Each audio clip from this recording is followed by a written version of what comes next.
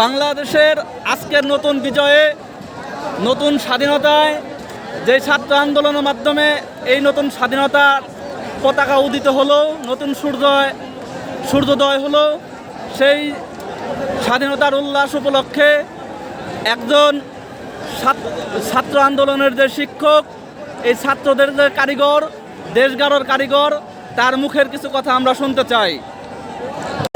বাংলাদেশ অনেক রক্তের বিনিময়ে আজ স্বাধীন হলো। বাংলাদেশ জল্লাদমুক্ত হলো। আজকের এই স্বাধীনতা, এই বিজয়ের আনন্দ, এই বিজয় আমাদের না, এই বিজয় আমাদের সন্তানদের, এই বিজয় আমাদের ছাত্রদের। এই বিজয়ের জন্য আমাদের ছাত্ররা যে প্রাণ দিয়েছে, সেই প্রাণগুলো ফেরত পাবো না। আমরা আমাদের সেই জাতি হিসাবে, গরিব জাতি হিসাবে আমরা 52-কে বলি নাই, আমরা 71-কে বলি নাই, আমরা 90-কে বলি নাই। এই জাতি ইনশাল্লাহ এই 2024-কেও বলবে না। তোমাদেরকে প্রাণে ধারণ করে রাখবো।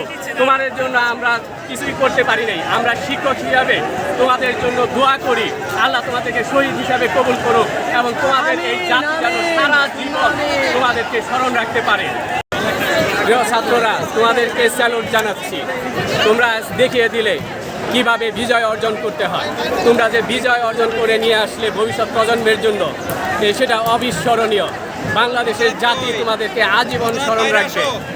তোমাদেরকে অসংখ্য ধন্যবাদ। ধন্যবাদ দিয়ে তোমাদের ঋণ শোধ করা যাবে না। আমরা তোমাদের জন্য গর্বিত। শিক্ষক হিসাবে আমি গর্বিত এই স্বাধীন বাংলাদেশ পেয়ে। ধন্যবাদ সবাইকে।